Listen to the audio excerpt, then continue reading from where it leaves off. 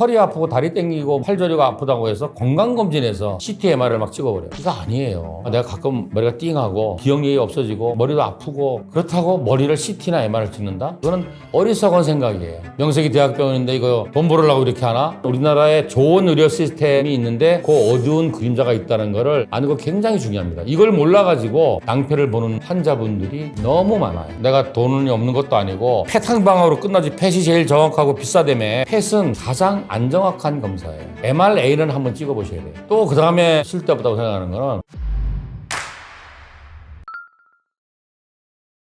사람들이 착각하는 게 뭐냐면 병이 걸리면 증상이 나타나서 내가 알 거야. 내가 지금 아픈 데가 없고 밥 잘 먹고 운동 잘하니까 나는 병이 없을 거야 라고 착각하는 거죠. 그래서 모든 병은 소리 없이 다가옵니다. 암은 암이 걸리면 어떤 증상이 나타난다? 그거 정말 거짓말이에요. 사람들이 그렇게 생각해요. 암에 걸리면 일단 엄청 아플 거야. 폐암에 걸리면 뭐 피토하고 기침하고, 위암 걸리면 토하고, 대장암 걸리면 피똥 싸고, 그러는 분은 거의 뭐 돌아가시기 한두 달 전이죠. 그래서 우리 병원에 오는 암 환자분들 10명 중에 9명 이상은 우연히 건강검진에서 발견됩니다.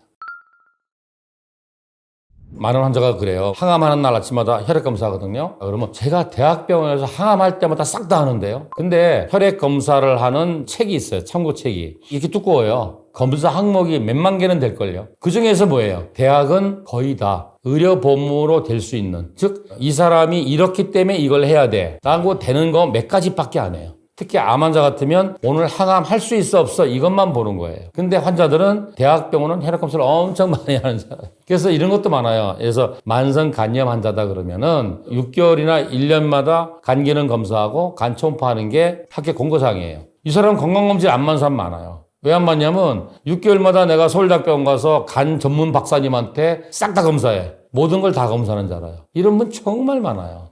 그래서 검사는 당뇨 보는 교수님이 검사할 때 갑상선 검사 같이 안 해줘요. 원래 대사증후군이 있으면 15%가 갑상선 기능 이상이 온다고 돼 있거든요. 갑상선 기능 저하자의 15%가 또 대사증후군이 와요. 그래서 외국에서는 뭐 그 두 개를 다 같이 검사해야 하는 김에, 근데 우리는 그렇게 할 수가 없어요. 갑상선 기능 검사하려면 갑상선에 병명이 붙어야 돼. 이러한 우리나라에 좋은 의료 시스템이 있는데 그 어두운 그림자가 있다는 거를 아는 거 굉장히 중요합니다. 이걸 몰라가지고 낭패를 보는 환자분들이 너무 많아요. 있죠. 예를 들자면 엑스레이 찍고 초음파하고 CT 찍고 또 펫 찍는 데네.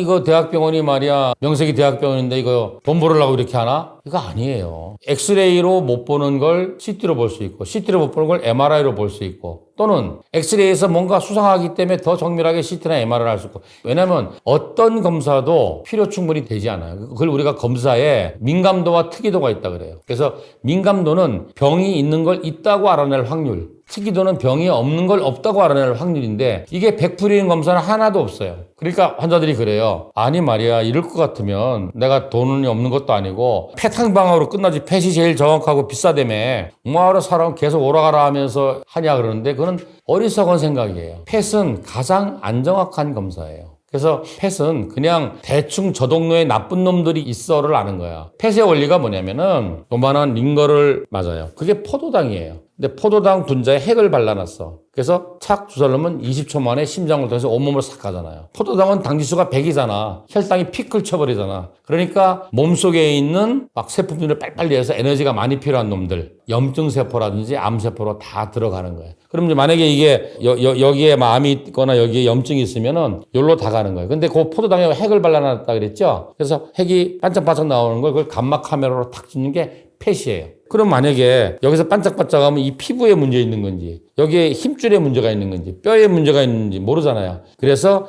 펫 영상과 3차원 CT 영상을 합성해 놓은 게 펫 CT예요. 그럼 여기 반짝반짝하는 게 뼈에 문제가 있었네. 그럼 뭐 암이 뼈에 저리겠거나 만성 골수염이 있으면 반짝반짝할 수 있겠죠. 그래서 펫 CT라는 거는 스크리닝이야. 대충 보는 거예요. 저기 수상한 놈들이 있어. 그럼 이제 거기에 조직 검사를 해서 뭔지를 알아내는. 그래서 정말 나는 우리 집안에 암 환자도 많고 다양한 암이 있고 나는 막 불안해. 그런데 우리가 영상의학적으로 혈액 검사로 찾아낼 수 있는 암은 한계가 있단 말이에요. 그럴 때 뭐 한 번 정도 하는 건 모르겠지만 건강검진마다 펫 CT를 찍을 필요는 없다고 봅니다. 또 그 다음에 쓸데없다고 생각하는 거는 뭐냐면 허리 아프고 다리 땡기고 팔 저리고 아프다고 해서 건강검진에서 CT, MR을 막 찍어버려. 그러면 일단 뭐냐면은 비용이 엄청 나와요. 왜냐면 건강검진은 의료보험이 안 되잖아요. 100% 자기가 내야 돼. 근데 정형외과 의사 선생님이 이분은 엑스레이는 잘 모르겠는데 MRI나 CT 찍어봐야 되겠네? 그러면 의료보험이 돼요. 그때 찍으면 되지. 허리 아프다고 목 아프다고 그 의미가 없고 또 이제 내가 가끔 머리가 띵하고 기억력이 없어지고 머리도 아프고 그렇다고 머리를 CT나 MR을 찍는다? 영상의학은 구조가 망가졌나 정상 구조가 아닌가를 본다고 보면 되거든요. 그러면 치매가 왔다든지 인지장애가 왔다든지 두통이 온다든지 그랬을 때 뇌 CT나 MRI에서 알 수 있는 정보가 별로 없어요.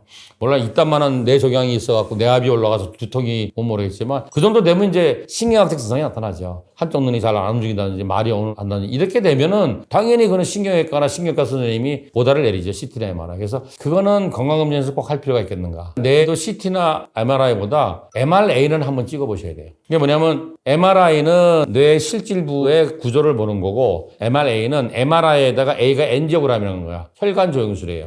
그래서 뇌혈관이 어떻게 문제가 돼 있는가를 이제 보는 건데 주로 거기서 보는 게 뭐냐면 뇌 혈관에 꽈리 생겼다고. 뇌 동맥류가 의외로 많아요. 인구의 2, 3%니까 4, 50명에 1명이에요. 이거는 진짜 뭐 아니면 도예요. 아무 증상도 없어. 근데 이게 어느 날 갑자기 뇌에 있는 동맥이 이렇게 가다가 여기가 부풀어 오른 거야, 이렇게. 풍선처럼 부풀어서 약할 거 아니에요. 그러니까 압이 가면 잘 터진단 말이야. 근데 뇌에 터지면은 뇌출혈이잖아요. 그래서 한 번 정도는 뇌 MRA는 한번 찍어보면은 아주 유용합니다. 그 다음에 심장 초음파도 예를 들어서 자기가 고혈압이 있고 원래 사람은 자기 심장 뛰는 걸 못 느껴야 되는데 자기 심장이 콩쾅콩 뛰는 걸 느껴요. 그걸 신기한긴이라 그래. 어떤 때는 내가 심장이 뛰다가 안 뛴다는 걸 부정맥을 느끼는 분도 있어요. 또 숨이 차, 조금만 움직여도. 그럴 때는 심장이 잘 이렇게 피를 짜주나 기능을 찍을 필요가 있는데 평소에 아무 느낌도 없는 분이 심장 초음파를 찍는 거는 진짜 실익이 없을 것 같은데요. 뭐 그런 것들은 의미가 없는 것 같고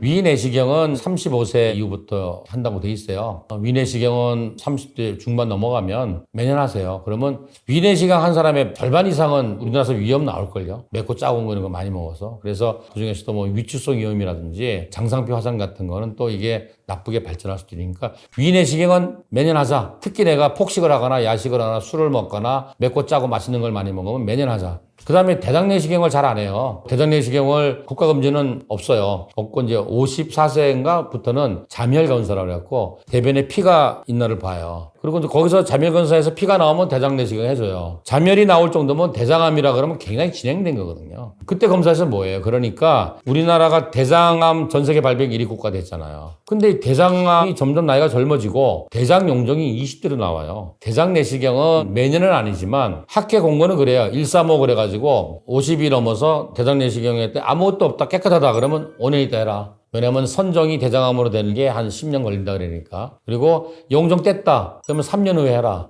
그리고 고위험군이다. 당뇨도 있고 고지혈증도 있고 대사증후군 있고 비만하고 술 좋아하고 고기 좋아하고 그리고 집안에 대장암이나 전립선암 이런 게 있다 그러면은 매년 해라. 이렇게 학회 공고사항인데 저는 용종 뗀 사람은 뭐 3년 기다릴 것도 없이 2년마다 하면은 대부분 또 생겨요. 생기는 족족 떼야 돼. 이거 뭐 열 몇 개씩 떼는 사람도 있어요. 그래서 대장내시경 그렇게 하면 좋겠고 유방암 같은 거 우리나라 유방암의 특징이 뭐냐면은 치밀 유방이고 그리고 젊은 유방암 환자가 많아요. 그래서 나이가 젊을수록 재발 확률이 높아요. 그래서 20대 유방암은 굉장히 위험해요. 그래서 한 2, 3주 전에 우리 병원에 온 사람이 21살 때 왼쪽 유방암 걸렸는데 61살인가? 40년 후에 오른쪽 유방에 암이 생겼어요. 그리고 지금 4년 후에 그게 또 재발했어요. 그래서 유방암도 좀 자주. 그리고 이제 갑상선 꼭 해보세요. 이게 벌써 한 10년 전 얘기인데 우리나라 40대 이후의 사람을 갑상선 초음파를 대면 5명 중에 3명은 결절이 나온다고 돼 있어요. 그럼 이 결절이 나오면 학회 권고사항은 뭐냐면 매년 초음파 팔로우예요.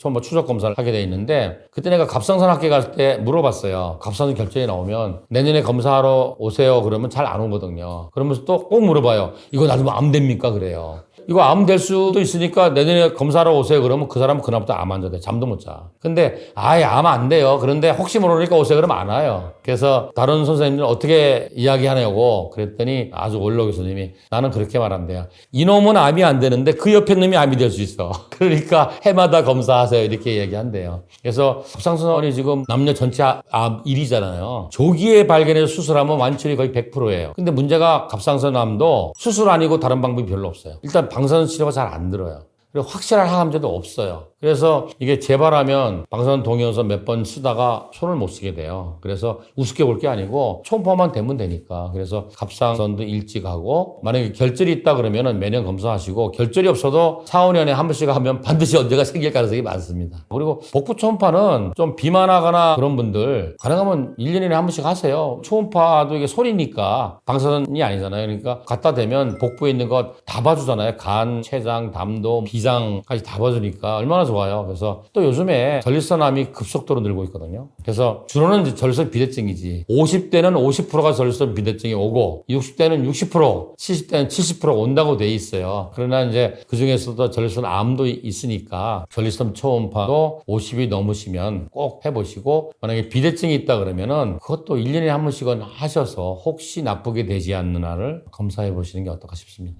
요즘 아무리 화질이 좋아져도 1mm보다 작은 종양은 잘 보이지 않거든요. 그럼 만약에 이 환자가 여기 암이 있었어. 근데 추적 검사하는 사람은 뭐 1.3mm 이런 것도 봐요. 열심히 보니까. 근데 건강 검진은 그야말로 스크리닝이잖아요. 그러니까 아무래도 집중해서 안 볼 수가 있죠. 혈액 검사는 뭐 그게 없어요. 피는 거짓말을 안 하니까 수치가 나오니까. 근데 이제 영상 검사를 하는데 뭐 CT 이런 것도 이제 물론 판독도 누가 내놔도 중요하지만 특히 초음파는 초음파를 방향에 따라 다 다르잖아요. 그래서 초음파를 좀 더 숙련된 의사 선생님이 하시면 좀 좋지 않을까. 근데 숙련된 선생님이 뭐 그렇게 많지 않으니까 그래도 좀 영상학과 전문의가 하시는 데를 가면 좋지 않을까 이런 생각이 들고 또 내시경도 내과 선생님이 하시면 소화기내과 전문의 선생님이 있다면 우리가 안심 놓고 할 수 있지 않을까. 그래서 의료진도 중요하다. 또 중요한 게 시기가 중요해요. 이게 보면 겨울 되면 난리 나잖아요. 먼 건강검진 때 막 줄 서 있잖아요. 그러면 아무래도 소홀하지 않겠어요. 그러니까 휴가도 왜 해필고 광복절날 다 가냐 이거예요. 뭐 봄가을 선선할 때 가면 되잖아요. 그래서 건진도 좀 한가할 때 분산되면은 검사하시는 선생님들도 과보가 안 걸리고 좀 더 세밀하게 받을 수 있지 않을까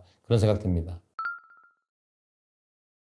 전 세계에서 전 국민을 의료보험을 해주고 전 국민을 국가검진을 시행하는 나라는 아마 우리나라밖에 없지 않나 싶어요. 그런데 또 약간 불만이 있어요. 왜냐하면은 국가 재정이 들어가다 보니까 국가에서 모든 걸 규제하고 통제하는 거예요. 정말 신기한 게 우리나라는 내가 어떤 검사를 하고 싶어. 그러면 병명이 붙어줘야 돼요. 이 병명이 있어야지만 이 검사를 할 수 있어. 내가 이 약을 처방하고 싶어. 그러면 이 병명이 있어야 돼요. 그래서 의료 쪽에 빅데이터를 가지고 미래 산업을 준비해야 되는데 우리나라 의료 빅데이터는 믿을 수가 없어요. 예를 들자면 우리가 뭐 허리가 아파서 진통제, 근이완제, 뭐 감기가 걸려서 해열제, 진해거담제 이런 걸 쓰면은 혹시 위에 부담이 될까봐 소화제나 위장약을 처방을 하려면 반드시 차트에 이 사람이 위험이 있다고 써야 돼. 안 쓰면 위장약을 예방적으로 못 써요. 그럼 뭐예요? 우리나라는 위험 환자가 사실 많기도 하지만 위암이 아닌 사람도 처방받을 때마다 큰 위암이 돼버리는 거잖아요. 그래서 이런 문제점이 있는 거예요. 그리고 건강검진의 문제인데 정말 국가검진은 반드시 하셔야 돼요. 만약에 국가검진을 안 하잖아요. 그러다가 암이 걸리잖아요. 그러면 국가에서 지원해주는 지원금이 있어요. 그거 못 받을 수도 있어요. 그래서 그건 반드시 하셔야 되는데 한번 생각해 보세요. 건강검진이잖아요. 내가 얼마만큼 건강한지를 알아보는 게 되잖아요. 근데 그게 아니고 내가 어떤 병이 있나를 알아보려고 하는 거예요. 그러니까 건강검진에서 딱 걸리는 사람은 엄청난 사람이에요. 이거 아셔야 돼요. 오늘까지 딱 건강하다가 내일부터가 딱 환자야. 이런 경우는 없어요. 그 중간에 미병 기간이 있어. 뭔가 자기는 후두지하고 결리고 소화도 안 되는 것 같고 어지럽고 근데 이건 병명이 없어요. 그런 걸 미병 상태라 그러거든요. 그거는 뭐냐면 우리가 혈액 검사를 한다, CT를 찍는다, MRI를 찍는다 이거는 구조가 망가졌을 때 이상으로 나오는 거예요. 또 하나 곁들여 말씀드리자면 혈액 검사 하잖아요. 그 옆에 범위가 나오잖아요. 이걸 정상치로 알고 있어요. 심지어 의료인들조차도 그걸 정상 범위로 알고 있어요. 근데 그건 자세히 보세요. 참고치라고 돼 있어요. 레퍼런스 레인지예요. 그 안에 들면 정상이라는 의미가 아니라 우리나라 인구를 혈중 단백질 농도를 측정했을 때 95%가 그 안에 든다는 얘기예요. 근데 문제는 뭐냐면 그 안에 들면은 환자 대접을 못 받아요. 그러니까 예를 들자면 기준 혈당이 공복 혈당이 100 이하다. 그러면 100은 오케이가 되는 거예요. 100일 나오면 재검하라고 나오는 거예요. 이게 말이 안 되잖아요. 그래서 혈액 검사나 영상의학적인 검사에서 이상이 나온 사람은 구조가 망가진 사람이에요. 근데 구조가 망가지기 전에 뭔가 기능이 나빠지기 시작해요. 그래서 기능이 나빠질 때에 노력을 하면 다시 옛날의 나로 돌아갈 수 있어요. 당뇨 전 단계다. 대장 내시경했더니 용종이 있었다. 자궁경부암 세포진 검사를 했더니 비정형 세포가 나왔다. 이거 전암 단계잖아요. 근데 의료 시스템에서는 거기에서는 뭔가 액션을 더 이상 취할 수가 없어요. 혈압이 120에 80인데 119가 나왔어. 그러면 살 좀 빼시고 운동하고 술 좀 줄이세요. 뭐 어떻게 하라는 말도 없어. 그러다가 또 6개월 하다가 130이야. 어서 오세요. 환자네요. 약 주는 거예요. 근데 우리의 건강도 용수철 탄성 한계가 있어요. 요 정도 기능이 나빠질 때는 노력하면 다시 옛날로 돌아가. 근데 확 늘어났어. 그러면 다시는 일로는 못 와요. 그때부터 목표는 뭐냐면 병원의 도움을 받고 자기가 노력해서 합병증이나 부작용 없이 다소 불편하게 살지만 이 상태로 가자가 목표인 거예요. 그래서 저는 그런 생각이에요. 우리나라가 치료도 검사도 국가에서 상당히 혜택을 주는데 이거는 정말 최소한이다. 우리 공부도 그렇잖아. 한 반에 100명이 있는데 우리 아들이 학교를 다니는데 95등 하는데 오케이 그럴 부모가 어디 있어요. 한 20, 30등은 해야지. 인터넷 강좌 좀 들어라. 학원도 좀 가라. 이렇게 해서 90등 하는 아들을 좀 50등 낮춰야 되는데 레퍼런스 렌즈 안에 딱 들어가면은 오케이인 거야. 그러다가 97% 가면 일로 오세요. 수술합시다. 뭐 이렇게 된다는 얘기죠. 그래서 국가에서 하는 치료나 국가에서 하는 검진은 반드시 해야 돼. 이것도 안 하는 사람은 나중에 어떻게 됐다 할 말도 없어. 그리고 반드시 뭐예요? 자기가 보니까 내가 95% 안에는 들었는데 94%네. 그러면 뭐예요? 국가에서 안 해주잖아요. 자기가 해야지. 내가 환자한테 이렇게 설명해요. 가능하면 많이 해라. 검사를. 피검사도 좀 많이 해라. 왜냐면은 내가 100만 원짜리 검사를 했다 그러면 우리나라 사람들 잘 오는 병 1번부터 순서로 해갖고 한 10개를 했다. 거기에서 아직까지 결정적인 증거가 없다는 의미로 알아들어라. 내가 300만 원짜리 했다 그러면 1번부터 30번까지 자라오는 검사를 했는데 거기에서 아직까지 망가진 증거를 못 찾았다고 알아야 된다. 그래서 씩씩거리고 오는 환자 중에 하나가 작년에 서울대학에서 싹 했는데 멀쩡하다 했는데 올해 위암이래네. 뭐 이런 사람들 굉장히 많아요. 그래서 건강검진은 사실은 건강한 걸 보는 검진이 아니에요. 이름을 바꿔야 돼. 질병검진이야. 내가 지금 병에 걸려서 망가졌나를 보는 검사예요. 내가 건강하고 싶다 그러면 질병검사만 할 게 아니라 진짜 내 몸이 건강한가를 한번 보시란 말이에요. 기능이 잘 돌아가고 있는가. 예를 들자면 병원에서 소변 검사할 때는 소변의 색깔도 봐요. 소변의 비중, 얼마나 끈끈하고 무거운가도 보고 그리고 pH도 보고 그리고 터비더티, 혼탁도도 얼마나 부유물이 떴나 봐요. 근데 혈액은 그런 검사가 없어요. 근데 이제 저는 혈액의 색깔이라든지 끈끈한 정도라든지 거기 찌꺼기 이런 거 굉장히 중요하게 해요. 혈액 점도 검사거든요. 그런 걸 한다든지 아니면 비타민 D가 어떻게 돼 있는지 비타민 B군은 어떻게 되고 있는지 비타민 C는 어떻게 되고 있는지 내 몸에 활성산소는 얼마큼 나오는지 항산화 능력은 얼마큼 내 몸의 면역력이 얼마큼 되는지 구조가 망가져서 질병을 알아내는 것 플러스 내 몸이 모든 세포와 조직이 기능이 대사가 잘 돌아가나에 대한 대사검사 기능검사를 했으면 좋겠다. 60대 후반 되는 여성분인데 20대 초반에 왼쪽 유방에 유방암이 걸린 거예요. 그래서 수술하고 하감하고 했는데 반대쪽 유방에 유방암이 걸린 거예요. 그리고 한 1년 반 정도 지내시다가 내시경 한번 해보시죠. 그랬더니 위암이에요. 암이 3번 걸렸어요. 이렇게 보면 누구도 암에서부터 자유로울 수 없다. 저희 병원에 오는 환자들은 대부분 자랑스럽게 말해요. 원장님 저는 탄수화물 하나도 안 먹습니다. 그래서 결국은 내가 먹는 걸 암도 먹는다. 한마디로 말하자면 모든 환자한테 추천하는 음식은 건강구조대 구독자 여러분 안녕하십니까. 저는 20년 전부터 암 환자를 돌보고 있는 1세대 암 전문의 이영석입니다. 제가 한 20년 가까이 암 환자를 보다 보니까 이런 생각이 들어요. 암 환자 한 사람 한 사람이 다 인과극장이에요. 그 사연이 기구한데 요즘은 또 그런 분들이 있어요. 한 사람이 암을 여러 번 걸려. 한 가지 암이 재발하는 게 아니고 오늘도 지금 끝까지 진료하고 온 사람이 암이 3번 걸렸어요. 지금부터 한 10년 전에 방광암이 걸렸어요. 방광암은 아시다시피 마땅한 항암제나 방사선요법이나 또 확실하게 수술해서 방광을 드러내지 않거든요. 그래서 방광암이 걸리면 방광 내시경으로 암이 있는 부분 부분을 조금 절제해내요. 보통 1, 2년 안에 또 재발해요. 그럼 또 깎고 이렇게 해서 7년 동안 7번을 깎았어요. 근데 이제 3년 전에는 더 이상 깎을 수도 없고 요강까지 전이가 가서 이제 방광을 적출해내고 인조방광을 차게 됐죠. 그러면서 이제 검사를 하다 보니까 유방암이 발견된 거예요. 그래서 또 유방암 수술하고 그리고 한 1년 반 정도 지내시다가 작년 연업에 계속 소화가 안 되고 뭐 속이 쓰리다 그래서 내시경 한번 해보시죠. 그랬더니 위암이야. 처음에는 초기인 줄 알았는데 수술하고 보니까 이제 3기로 진행된 그런 분도 있고 또 한 2, 3주 전에 온 분인데 60대 후반 되는 여성분인데 45, 6년 전에 20대 초반에 왼쪽 유방에 유방암이 걸린 거예요. 그래서 그때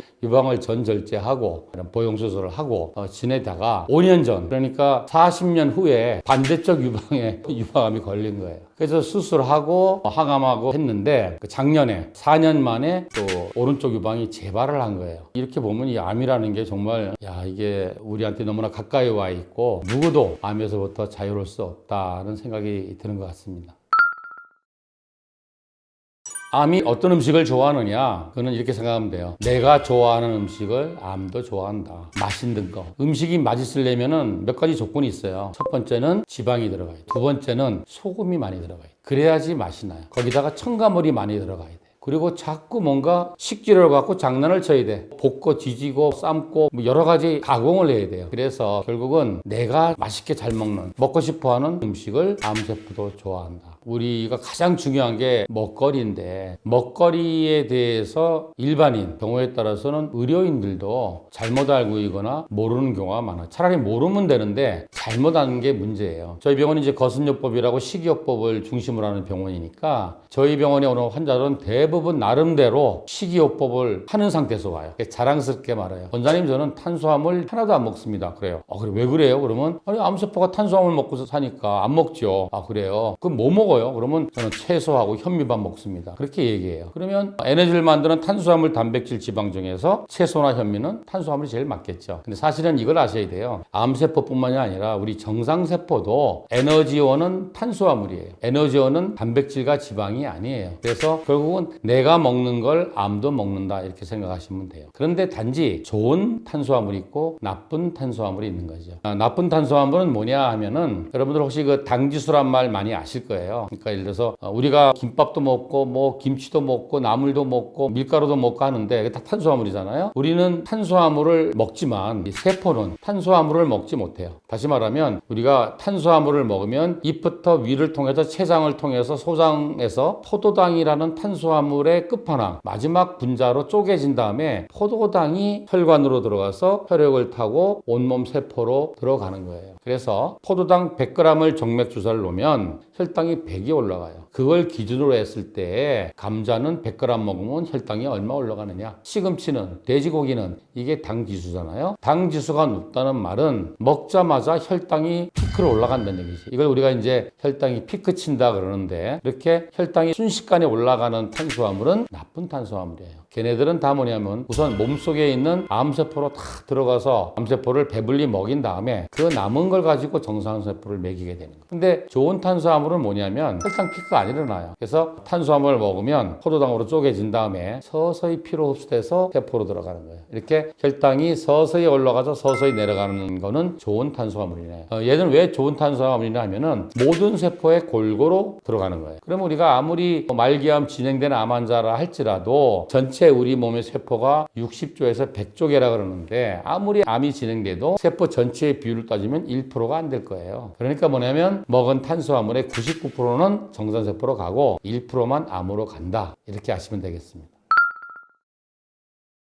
한마디로 말하자면 잘 먹어야 돼요. 잘 먹는다는 게 맛있는 걸 먹는다는 말도 아니고 많이 먹는다는 말도 아니고 우리 몸에 유익하게 먹어야 된다는 얘기죠. 거기엔 여러 가지 방법이 있어요. 근데 사람들은 어떻게 생각하느냐? 뭐 먹으면 암 예방해요? 뭐 먹으면 암 나요? 식재료만 생각하는 거예요. 식재료도 굉장히 중요하죠. 그러나 식재료를 어떻게 가공해서 먹느냐도 더 중요하죠. 또 우리가 여러 가지 음식을 먹을 때 어떤 순서로 먹느냐도 중요하죠. 먹는 시간을 어떻게 하느냐 이런 것도 중요하죠. 그래서 전체적인 식습관을 건강하게 키우는 게 중요한데 나쁜 탄수화물 먹으면 안 되겠죠. 좋은 탄수화물 먹어야 되겠죠. 암도 그렇고 대사질환도 그렇고 비만도 그렇고 모든 저는 환자한테 추천하는 음식은 신선한 채소예요. 세계보건기구에서 환자가 아니라 일반 사람들한테도 추천할 때 음식 피라미드라는 게 있어요. 그러니까 피라미드가 이렇게 생겼잖아, 삼각형으로. 그러면 삼각형의 밑변이 제일 넓잖아요. 이게 뭐냐면 하루에 5접시 이상 먹어야 된다 라고 권유하는 게 뭐냐면 신선한 채소예요. 그건 여러 가지 이유가 있어요. 생리학적으로는 채소에 있는 탄수화물은 좋은 탄수화물이에요. 그래서 혈당이 피크가 안 일어나요. 왜냐하면은 채소의 80%는 식이섬유예요. 근데 식이섬유는 우리 몸에서 포도당으로 쪼개질 못해요. 소나 말 같은 반추동물은 하루 종일 대세김을 해서 식이섬유를 포도당으로 다 쪼개서 흡수해서 에너지를 써요. 하지만 우리는 그렇게 못해요. 그래서 채소를 아무리 많이 먹어도 그중에 20%만 흡수가 되고 식이섬유가 있기 때문에 굉장히 천천히 소화와 흡수가 되는 거죠. 또 하나는 생리학적으로 좋은 이점은 다양한 성분이 있지만 그 중에서도 칼륨이 많아요. 그래서 칼륨은 어떤 역할을 하느냐, 정말 우리 생명 유지에 필수적인 건데, 우리 영양학에서 보면은 우리가 음식을 먹고 세포로 그 재료가 들어가서 이걸 태워서 대사를 일으켜서 에너지를 얻어서 살아가잖아요. 그 산소가 있어야 돼요. 산소가 많아야지 이게 잘 타. 근데 세포 안에 산소를 넣어줄 수 있는 방법은 칼륨이 세포로 들어갈 때 산소가 따라 들어가는 거예요. 그래서 채소 안에 있는 칼륨을 많이 먹으면 피 속에 혈액 속에 칼륨이 충분하게 올라가잖아요. 그러면 혈액 속에 있는 칼륨이 세포로 들어가고 그때 산소가 들어간다. 혈당 피크가 없다. 생화학적인 이점은 채소 안에 다양한 비타민, 미네랄, 항산화 성분, 다양한 파이토케미칼이 들어있잖아요. 항암 물질 이런 것들을 흡수한다. 그래서 신선한 채소를 많이 이제 먹으라 그러죠. 또 이제 권장하는 거는 통곡류를 먹어라. 곡류를 먹을 때 깎지 말고 껍질처럼 먹으라는 얘기죠. 그게 현미잖아, 그죠? 요즘 현미 말고도 기리를 또 많이 먹어요. 얘도 마찬가지로 곡류이기 때문에 탄수화물이지만 껍질이 있어서 이게 빨리 흡수가 안 돼요. 혈당 피크를 치지 않은 좋은 점도 있지만 현미의 껍질 속에 많은 영양소가 있죠. 그리고 현미는 채식 위주로 할 때 아주 단백질에 보고해요. 그래서 현미는 전체에서 한 현미의 8 내지 10%가 단백질이고, 또 우리 찹쌀 현미라는 게 있어요. 그거는 무려 14%가 단백질로 이렇게 돼 있어요. 또 현미에도 다양한 비타민 미네랄이 풍부하게 들어있죠. 그런 좋은 점이 있기 때문에 현미나 기리를 이제 먹으라고 이야기하는 거죠. 그리고 이제 이 음식 피라미드에서 제일 꼭대기에 있는 거, 그거는 뭐냐면 일주일에 0번 내지 1번 먹어라. 먹지 말라는 얘기죠. 이게 뭐냐면 붉은 고기예요. 붉은 고기는 세계 암학회에서 2군 A 발암물질로 규정하고 있어요. 근데 이 붉은 고기를 가공을 해. 육가공식품은 1군 발암물질. 근데 이게 맛있잖아요. 그래서 우리가 맛없는 음식을 있는 그대로 가공하지 않고 먹는 식습관을 길러야 된다. 식습관을 통해서 암 치료에 성공적인 사례를 보인 1호 환자가 저희 아버님이에요. 저희 아버님이 2001년에 식도암 진단받고 수술하셨고, 수술한 주치 흉부외과 교수님이 뭐라고 나한테 말씀하셨냐. 아버님 수술은 잘 됐지만 3년 후에 살아계실 확률이 20%가 안 된다. 그럼 1년도 못 사신다는 얘기잖아요. 그때부터 제가 공부를 해가지고 거선요법도 하고 보완대치약을 한 거죠. 그래서 저희 아버님은 13년 반 동안 진통제 한 번도 안 드시고 지내시다가 80대 중반에 돌아가셨어요. 그리고 또 우리 병원에서 그런 분들 많아요. 그런 분들의 특징이 뭐냐면은 크게 2가지가 있는 것 같아요. 첫째는 긍정적인 마음가짐이에요. 의심하거나 불안해하거나 그러지 않고 걱정은 안 하고 노력을 열심히 하는 사람. 그래서 췌장암으로 지금 6년째 아주 건강하게 모든 검사가 정상인 분이 있는데, 그분 지금 6년째 식이요법 그대로 하고 있어요. 예를 들면 지금도 매일 야채즙을 2000cc 정도 드세요. 거순요법에서는 음식 먹는 순서도 중요하고 음식을 다작을 해요, 다작. 보통 거순 식이요법 하는 사람은 한 끼를 한 1시간 먹습니다. 근데 저는 원래 어릴 때부터 빨리 못 먹어요. 원래도 1시간 정도 먹어요. 그래서 학교 다닐 때 점심시간 1시간이잖아요. 다른 친구들은 후딱 먹고 가서 공 차고 오는데 저는 점심시간 끝날 때까지 계속 먹어요. 근데 알고 보니까 그게 정말 좋은 거더라고요. 2번째는 순서가 중요한데, 어차피 우리는 탄수화물을 먹고 살아야 돼. 나나 암이나 어떡하든지 간에 이게 혈당 피크가 안 일어나서 암세포로는 덜 가고 정상세포로 많이 가게 하는 방법이에요. 순서는 서양식이 맞아. 먹는 음식의 종류는 우리나라가 맞고, 한식이 건강식이잖아요. 서양 사람들은 밥 먹을 때 뭐예요? 샐러드 먹고 메인 먹잖아요. 근데 우리는 뭐예요? 거꾸로잖아. 밥 먹고 나물 먹잖아요. 그건 잘못된 거예요. 그래서 제일 먼저 아침, 점심, 저녁이고 식사할 때는 샐러드를 큰 접시로 하나를 먹어라. 샐러드가 이만큼이면 그 나물로 삶으면 3분의 1 되고, 그 즙으로 짜면 또 3분의 1밖에 안 돼요. 그 드레싱을 갖다가 서전 아일랜드나 마요네즈를 가면 안 되겠지. 들기름이 제일 좋고, 아니면 이제 올리브유, 발사믹 식소 있잖아요. 그거 좀 껴줘서 드시면 좋습니다. 그리고 이제 그 다음에 뭘 먹냐면, 우리가 과일이 말이에요. 참 좋은 건데 과당이 들어있단 말이에요. 과당도 포도당처럼 암세포를 먹여 살리는 놈이에요. 그래서 과일을 색깔별로 제철 과일을 먹긴 먹어야 되겠는데 조금 먹어야 되잖아요. 샐러드를 채소를 먹고 바로 과일을 먹는 거예요. 그러면 이게 안에서 섞이는 거지. 그 다음에 뭘 먹냐면 단백질. 가능하면 이제 식물성 단백질을 먹어야 되겠죠. 항암을 한다든지 체력이 너무 약하면 또 못 먹는 사람은 동물성 단백질을 선택적으로 먹을 수 있지만 우리는 두부 같은 거 하루에 한 번씩 먹으라 그래요. 그리고 낫또 아주 좋은 거죠. 청국장 가루에서 많이 먹잖아요. 그리고 콩물 기계 사가지고 콩물과 두유 이런 거 만들어 먹는 분들 많아요. 식물성 단백질 먹고 그 다음에 현미밥. 그 사실 더 좋은 건 귀리예요, 귀리. 그걸 먹고 견과류를 먹고 이런 식으로 먹는데 왜 그러냐면은 샐러드는 다 채소잖아, 그죠? 이 채소에는 80%가 식이섬유거든요. 그래서 샐러드를 먹으면 위까지 씹어서 도달할 때까지 굉장히 오래 걸리고 위에서 굉장히 많이 체류를 해요. 근데 그 다음에 이제 뭐 먹는 것들은 순식간에 위로 내려가요. 장에서 만나겠죠. 그러면 이제 이게 두 가지 효과를 나타내는데 현미나 과일은 당지수가 높아요. 채소는 낮아요. 그러면 이게 당지수가 낮은 놈과 높은 놈이 같이 섞이게 되면 당지수가 훅 떨어져요. 그런 점도 있고 또 최소한에는 80%가 식이섬유이기 때문에 식이섬유가 어떤 역할을 하냐면 주위에 있는 수분도 빨아들이게 하지만 주위에 있는 당분도 다 빨아들여요. 그래서 당의 흡수를 저하하는 효과가 있어요. 그런 순서로 드시고 최소한 40분 이상은 천천히 다작을 해서 드셔라. 이걸 이제 두 가지로 생각해야 돼요. 일단은 정상인, 또 암 환자라 할지라도 나이가 젊고 먹는데 큰 불편이 없는 사람일 경우에는 단백질 섭취를 많이 하시면 안 돼요. 많은 사람들이 다음 주에 수술하니까, 다음 주에 항암하니까 기운 차려야 돼. 기력을 높여야 되고 체력을 높여야 되고 면역력을 높여야 돼. 그래서 뭘 먹어야 돼? 고기 먹어야 돼. 라고 생각을 하는 거예요. 근데 이거는 바보 같은 생각이에요. 또 뭐 살을 찌기 위해서란 이런 거는 탄수화물을 먹어야 돼요. 쉽게 말하면 우리 몸에 에너지원은 탄수화물이에요. 단백질이 아니에요. 세계보건기구에서 탄수화물은 하루 섭취 공고량이 없어요. 자동차 휘발유니까 오늘 내가 자동차 몰고 부산까지 내려가. 그럼 어떻게 돼요? 연료통 풀로 채워야 되겠지. 근데 나 뭐 이번 주에 그냥 차 세워놓고 지하철 타고 다닐 거야. 그러면 뭐 휘발유 안 채워도 되잖아요. 마찬가지예요. 오늘 내가 마라톤 뛸 거야. 그러면 탄수화물 만땅 채워놔야 돼. 그래야지 그게 포도당으로 돼서 세포로 들어와서 에너지를 만들잖아요. 근데 이제 이걸 보시면 탄수화물을 한문으로 당이라 그래요.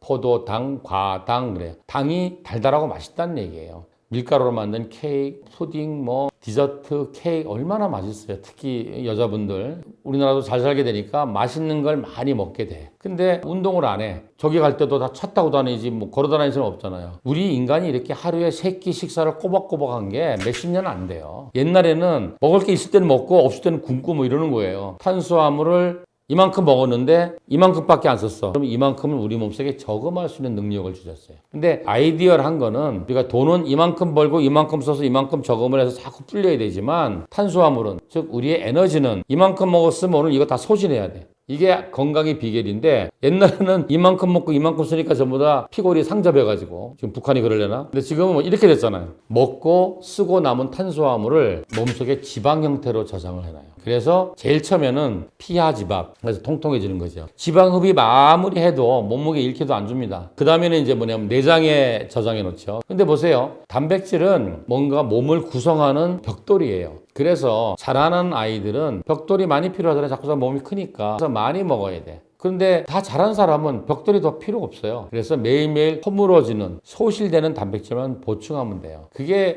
몸무게 1kg당 0.5 내지 1g 정도예요. 그래서 세계보건기구에서 하루에 단백질 섭취 권고량이 있어요. 남자들은 보통 한 50g 정도의 단백질을 먹고 여자들은 한 30g 정도만 먹으면 충분하다. 그런데 나이가 들면서 근육이 빠지고 노인 환자라든지 아니면 항암을 해서 거의 식사를 못 한다든지 이런 분들은 단백질을 좀 더 많이 드셔야 돼요. 그러나 일반적인 사람, 또 일반적인 암 환자는 그렇게 할 필요가 없어요. 모든 암이 그래요. 병리학 교과서를 보면 모든 암의 원인이 뭐냐? 그러면 모른다고 돼 있어요. 확실하게 원인이 있는 거는 자궁경부암, 그거는 이제 바이러스 감염에 생기는 거고, 또 우리나라 같은 경우는 간암의 한 95% 정도가 바이러스 감염에서 되는 거고, 그 나머지는 확실한 원인이 없어요. 그래서 크게 3가지 카테고리로 나누죠. 유전적인 거, 암에 잘 걸릴 수 있는 유전자를 타고난 사람, 또 그렇다고 해서 다 암이 걸린 건 아니에요. 또 두 번째는 그분이 어떻게 생활해 왔느냐, 생활 방식. 그 중에 가장 중요한 게 음식이죠. 왜냐하면 24시간 내 몸에 영향을 미치는 거는 음식밖에 없잖아요. 그래서 뭘 먹었느냐, 또 어떻게 운동을 했느냐, 또 어떻게 스트레스 관리를 하면서 살았느냐, 뭐 이런 것들. 그러면서 거기에 이제 위험인자들이 있겠죠. 오염물질들, 담배라든지 뭐 술이라든지 스트레스라든지. 그리고 이제 세 번째는 누구나 그런 걸 피할 수는 없잖아요. 그래도 걸리는 사람이 있고 안 걸리는 사람이 있단 말이죠. 그건 뭘까? 그 개인의 면역력의 차이다. 우리의 면역력은 하루에 놀랍지만 3천만 개의 암세포를 격파할 수 있는 능력이 있어요. 우리 몸은. 그런데 만약에 면역력은 좋아. 그래서 하루에 3천만 개의 암세포를 죽일 수 있는데 하루에 10,000개씩 암세포가 생기면 이건 안 되겠죠. 사실 이제 나이가 들면 누구나 통계적으로 하루에 최소한 400개 이상의 암세포가 발생한다고 돼 있어요. 그래서 400개밖에 안 생기는데 최소한으로. 근데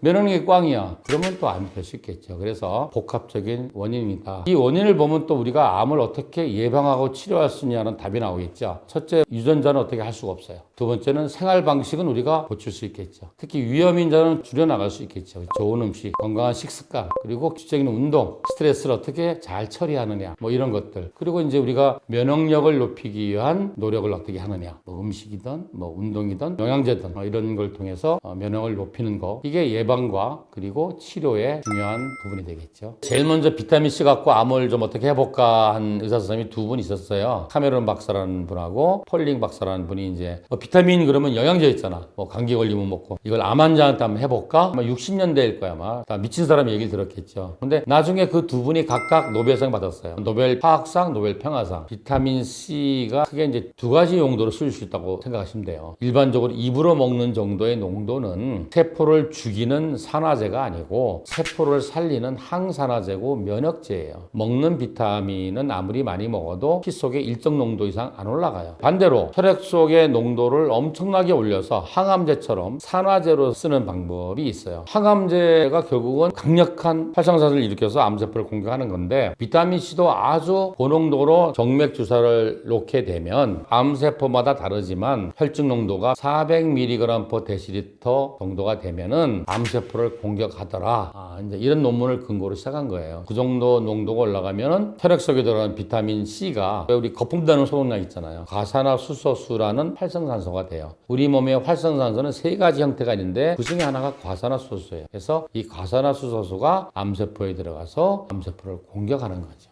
그래서 이게 이제 이론적인 근거입니다. 인류 역사에서 암이 폭발적으로 는 시기가 있어요. 사람들은 그게 산업혁명 이후라고 생각해. 아니에요. 언제 많이 늘었냐면 식품이 산업화되면서 가공을 하게 되니까 맛있는 음식이 막 나오잖아요. 거기다 또 대량으로 나오잖아요. 그러니까 싸잖아요. 그러니까 맛있는 걸 많이 먹으면서 암이 폭발적으로 늘은 거예요. 그래서 하나만 꼽자면 음식을 건강하게 먹는 게 가장 중요하지 않을까. 우리 병원에 오는 어떤 환자분이 암이 3번 걸렸는데 그 친척이 또 3번 걸렸어요. 근데 그분은 지금 70쯤 되셨으니까 40대 때 위암, 50대 때 대장암, 60대 때 횡행결장암 뭐 이렇게 3번 걸렸는데 이 집안 내력이 뭐냐면 항암을 못해요. 항암만 하면 그 부작용이 다른 사람의 몇 배예요. 그런데 그분은 수술만 하고 항암을 못했는데도 불구하고 재발 안 하고 지금까지 건강하게 사는데 특징이 뭐냐? 걱정 안 하고 정말 열심히 노력하세요. 아침 4시 반에 일어나서 2시간 동안 하루 종일 자기가 먹을 음식을 다 만드세요. 그리고 규칙적으로 운동하시고 그리고 출근하시고 딱 자기가 계획을 잡아서 또 공부를 좀 정확하게 해서 노력을 열심히 하는 사람은 완전히 통계가 달라요. 마음가짐이 중요하죠. 저는 그렇게 생각합니다. 암은 대사증후군, 뭐 당뇨, 고혈압 이런 것보다 유전적인 경향은 낮아요. 엄마, 아버지가 다 암이라 할지라도 자식이 암이 될 확률은 10%가 안 돼요. 그러나 이제 암에 따라 좀 다르긴 해요. 가족적으로 오는 뭐 유방암이라든지 대장암이라든지 뭐 췌장암 같은 건 가족력이 굉장히 많아요. 그래서 우리 가족에 어떤 가족력이 있다. 그럴 때는 제일 먼저 해야 될 게 뭐냐면은 빨리빨리 조기 검진해야 돼요. 더 어린 나이에 더 자주 검사를 해서 걸리더라도 빨리 발견하면은 요즘은 뭐 완치할 수 있는 확률이 굉장히 높거든요. 규칙적인 운동, 스트레스 관리, 수면 관리 하는 게 중요하죠. 암 환자 운동을 빡세게 해야 될까요? 설렁설렁 해야 될까요? 암 환자 빡세게 해야 됩니다. 정상인보다. 근데 암 환자들 보통 산보에 산보. 배우자랑 같이 어설렁 동네 한 바퀴. 그게 아니고 오늘 나의 컨디션에서 할 수 있는 맥시멈의 70% 이상은 하셔야 된다. 그리고 반드시 근력 운동 같이 하셔야 돼요. 유산소 운동만 하시면 안 되고 유산소 6, 근력 4. 설거지할 때 쓰는 수세미, 행주, 똥보다 더럽대요. 일단 냉장고를 많이 믿으면 안 된다는 거 아시잖아요. 어떤 분들은 얼리면 균이 다 죽는 줄 알아요. 냉동고에서도 균이 번식을 해요. 특히 또 양은 냄비는 산도가 높은 음식이라든지 짠 음식에 약해요. 알루미늄이 용출돼서 나오게 되면 거기에서 발암물질이 나와요. 뭐 부엌에만 있겠어요? 샤워할 때도, 모욕할 때도, 뭐 설거지할 때도, 먹는 물도. 그리고 또 문제가 될 수 있는 거는 우리가 살고 있는 생활 환경은 다 우리를 공격하는 물질로 채워져 있죠. 세균도 그렇고 바이러스도 그렇고 중금속도 그렇고 발암물질도 그렇고 공기 중에도 있고 집안 공기도 그렇고 수돗물도 그렇고. 그래서 거순요법에서는 마시는 물 속에서 불소와 그리고 염소 성분을 제거하고 먹으라 그래요. 근데 다행히 서울의 아리수는 불소가 없어요. 그래서 이 가브라 화합물이 발암물질이거든요. 그래서 다행히 서울의 수돗물은 불소가 없어요. 확인해 보니까. 염소를 어떻게 할 것이냐? 아주 간단하게 해결할 수 있어요. 저도 한동안 고민을 많이 했거든요. 혼자인데 그럼 염소는 어떡합니까? 근데 인터넷 딱 보면 염소 제거기라고 있어요. 그거 얼마 안 해요. 굉장히 싸요. 그거 수도꼭지에 딱 달아놓으면은 거기서 나오는 물소에 있는 염소 성분을 빼줘요. 그래서 서울에 있는 수돗물로 염소 제거기만 달면 샤워할 때도, 모욕할 때도, 뭐 설거지할 때도, 먹는 물도 불소와 수소가 없는 안전한 물이 된다. 그렇죠. 그러니까 모든 비닐은 거기서 발암물질이 나올 수 있죠. 드라이클리닝 하면 그 옷에 열기가 남아있을 때 쌌을 거 아니에요. 그러니까 비닐에 열이 가해지면 발암물질이 만들어지는 거죠. 그래서 세탁소에서 갖고 오면 벗겨서 환기시키셔야 돼요. 우리가 이제 매일 먹는 음식을 담는 그릇들이 중요한데, 우리가 이제 흔히 쓰는 것 중에서 이제 보면은 양은 냄비라고 있죠. 양은 냄비. 양은 냄비는 사실 이게 알루미늄이에요. 양은이라는 뜻은 원래 구리에다가 아연과 니켈의 합금을 이렇게 해놓은 건데, 실제로는 그게 알루미늄으로 만든 그릇이에요. 알루미늄이 우리가 용출돼서 나오게 되면 우리 인체에 암을 유발한다든지 여러 가지 안 좋은 걸 할 수가 있어요. 우리가 양은 냄비에다가 옛날에 라면 많이 끓여 먹었잖아요. 김치찌개 먹고. 그건 피하자. 특히 또 양은 냄비는 산도가 높은 음식이라든지 아니면 짠 음식에 약해요. 김치찌개가 딱 산성이 높고 짜잖아요. 양은 냄비는 없애자. 그 다음에 우리가 가장 많이 쓰는 게 플라스틱 제조로 된 용기들을 많이 쓰잖아요. 그 플라스틱 제재라든지 아니면 캔, 꽁치캔이라든지 참치캔이라든지 그 안에 광택을 내는 성분이라든지 이런 데 안에는 BPA라고 그래가지고 유해물질, 발암물질이 들어있어요. 그래서 환경 호르몬에 노출되기 때문에 여러 가지 질병이 발생할 수도 있지만 이게 궁극적으로는 또 발암물질을 작용할 수 있죠. 그래서 그런 걸 쓰시면 안 되고, 또 집에도 그런 집이 있죠. 식당도 그런 게 있고, 정수기가 아니라 생수통 자체를 갖다가 꽂아놓고 쓰는 거 있잖아요. 근데 여기에는 거름막이 없어요. 걔는 그 정수기 역할이 없고 그냥 생수통에서 나오는 거예요. 요즘 알다시피 플라스틱에서 미세 플라스틱도 나오지만 발암물질도 나오잖아요. 그래서 이걸 걸을 방법이 없어요. 게다가 또 뭐냐면 그 아저씨들이 배달해주고 또 빈통 갖고 가고 또 채우잖아요. 이걸 재활용해서 자꾸 쓴단 말이죠. 그렇게 되니까 이게 점점 오염되게 되는 거예요. 굉장히 히트 상품이죠. 프라이팬인데 눌어붙지를 않아. 테팔이라는 프라이팬이 아주 히트를 쳤는데 그 원 제제와 코팅을 하는 걸 접착하는 거기에서 발암물질이 나와요. 그래서 이게 만약에 이제 깨진다든지 금이 간다든지 그러면 그 안에는 발암물질이 용출돼서 흘러나올 수 있겠죠. 그래서 그때 듀폰사에서 그 영화도 나왔어요. 이 테팔 코팅 프라이팬을 만드는 공장 근처에서 아이들이 이빨이 까맣게 됐다. 그러면서 그 당시에 200억인가를 이제 보상하면서 퇴출되고 다른 방식으로 코팅하는 게 나왔는데, 그것도 어떻게 보면은 발암물질의 다른 아형일 수밖에 없다는 거죠. 우리가 눌어붙지 않는 테팔 프라이팬을 쓸 때는 굉장히 조심하셔야 되고, 그리고 금이 가거나 깨지거나 그러면 바로 버리고 새로 사셔야 돼요. 그리고 또 뭐 주방에서 문제가 될 수 있는 거는 음식을 조리할 때 특히 단백질을 가열해서 요리를 할 때 나오는 그 연기 속에서 폐암을 유발할 수 있는 또 발암물질이 나와요. 그래서 반드시 뭐 생선을 굽거나 그럴 때는 후드 있잖아요. 후드를 켜고 요리하시는 게 좋고, 그리고 이제 우리 도마 있잖아요. 특히 도마 중에서도 플라스틱 도마 있잖아요. 그러면 이게 자꾸 칼질하다 보면 거기 틈이 생기잖아요. 그럼 거기 이제 뭐 균도 쌓여가지고 감염돼서 식중독도 일으킬 수 있겠지만 거기에 발암물질 같은 게 끼게 되면 음식에 첨가되겠죠. 옛날에 그런 게 있었어요. 담담의 원인 중에 하나가 뭐냐면 민물 생선을 그냥 먹어서 간 디스토마가 생기면 그 균이 그 담도 속을 왔다 갔다 하면서 자극시켜서 담도에 암이 생긴다고 가장 큰 원인 중에 하나예요. 그래서 이제 낙동강 지역에 많아요. 담도암에 걸린 사람이 있는데 이 사람은 민물고기도 안 먹었다 이거예요. 역학조사를 해보니까 이 사람이 민물 생선을 먹는 횟집에 가서 다른 음식을 먹었는데 거기에 도마에서 간디스토마균이 들어와서 감염했다. 이런 얘기도 있어요. 그래서 도마를 관리를 잘 하셔야 되는데 주방용품은 제 생각에는 가능하면 유리나 자기로 된 거를 쓰시고 뭐가 됐든지 간에 어느 정도 기간이 돼서 흠집이 나면 다 버리고 새로 사셔라. 또 이제 문제가 뭐냐면은 설거지할 때 쓰는 수세미, 행주 이거는 진짜 가만히 생각해 보면은 세균 덩어리 아니겠어요? 그게 발암물질이 없다고 말할 수 있겠어요? 음식에 있는 발암물질도 거기 다 껴있지 않겠어요? 어떤 기사에 보면은 우리가 보통 이제 오염됐다는 기준을 할 때 얘는 변기보다 더러워 그러잖아요. 근데 그 수세미는 똥보다 더럽대요. 균이. 물론 이제 세척을 하니까 그런데 그래서 이게 수세미 정말 문제예요. 수세미를 어떻게 관리하느냐. 우선은 이제 사용하고 나서 깨끗하게 세제로 세척을 해야 되겠죠. 그거를 건조를 시켜야 돼요. 바짝 말려야 돼. 그래야지 균이 번식을 안 해요. 그리고 이게 끓이면 돼요. 행주건 수세미건 끓이면 되는데 끓이는 게 많이 번거롭잖아요. 옛날에 우리 어머니 때는 모든 빨래를 삶았지. 쉽지 않은데 방법이 있어요. 간단하게 하는 방법이 전자레인지 2분만 돌리세요.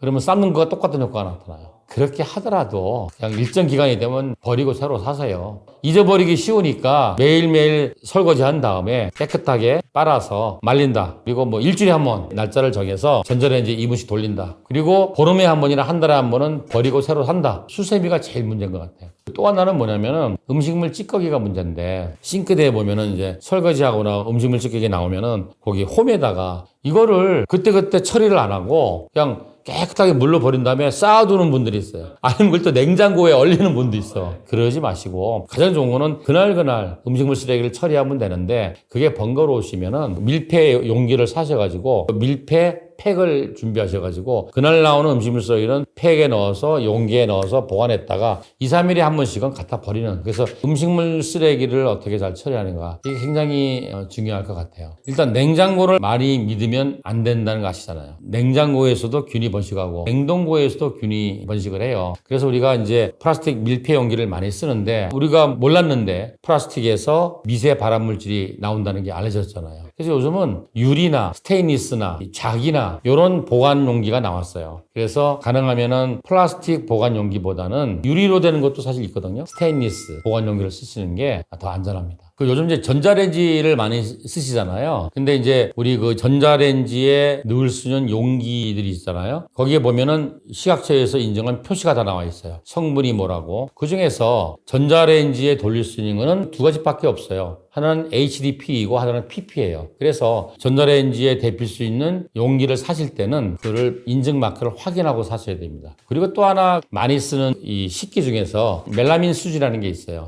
이게 가정에서는 많이 안 쓰고 식당에서 많이 쓰거든요. 분식집이나 뭐 중국집 또 뭐 한식집 가면은 아주 가볍고 짜장면 그릇 같은 것도 많이 나오고 떡볶이라든지 뭐 이런 거 할 때 나오는 것이 다 멜라민 수지인데 이거는 포름알데히드라는 발암물질이 나오잖아요. 이건 진짜 쓰시면 안 돼요. 그리고 또 고온 가열을 한다든지 그렇게 되면 이게 그 안에 있는 포름알데히드가 농출돼 나와가지고 바로 발암물질이 섞이는 거예요. 그게 이제 식당에서 많이 쓰는 이유가 일단 되게 가벼워요. 그리고 굉장히 저렴해요. 좀 웃기는 얘기인데 멜라민 수지가 이 산성에 약해요. 그래서 이제 중국집 가면은 단무지하고 양파하고 담아 나온 그게 멜라닌 수지예요. 거기다 또 뭐 우리 식초 뿌려 먹잖아요.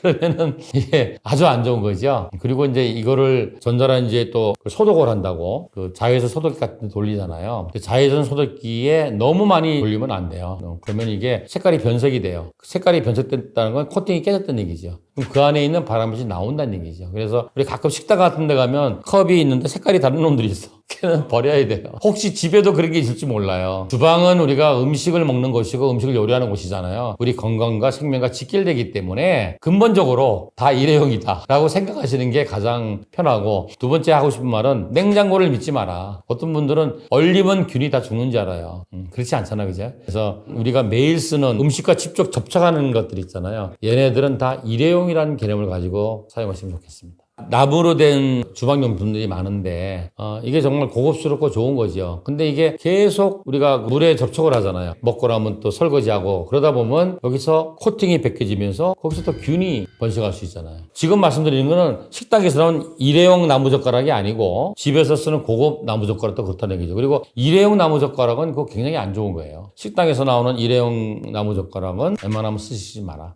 에어프라이에 음식을 할 때 탄수화물이 많은 음식을 고온으로 만들게 되면 거기서 발암물질이 나오게 됩니다. 그래서 에어프라이를 돌릴 때는 탄수화물이 많은 음식을 자제해야 되고 온도를 너무 높이지 마세요.